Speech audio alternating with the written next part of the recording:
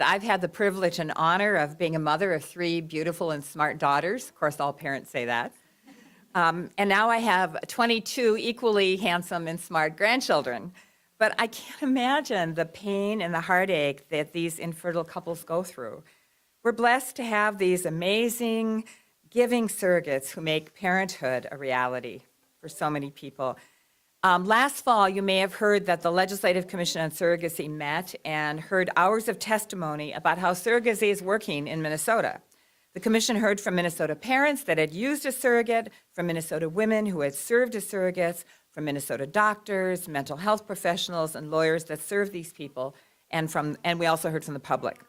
Not one Minnesota witness expressed any concern about how surrogacy is working or called for restrictions. Instead, they called for reasonable state regulations similar to what our neighbors, that 28 states, have to protect all surrogacy participants. Now, there was not total consensus of what the legislature should do to protect Minnesota families diagnosed with infertility, but there was a consensus on a number of key points, all of which are included in the Gestational Carrier Act.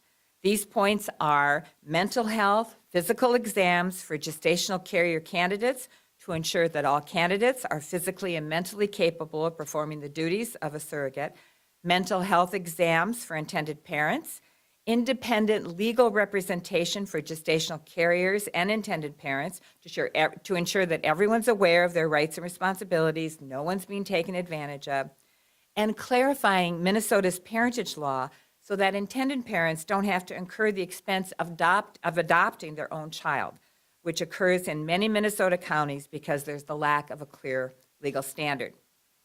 The legislation ensures that gestational surrogacy is conducted in a manner that protects all participants. Now, we're not aware of anyone that opposes these baseline standards.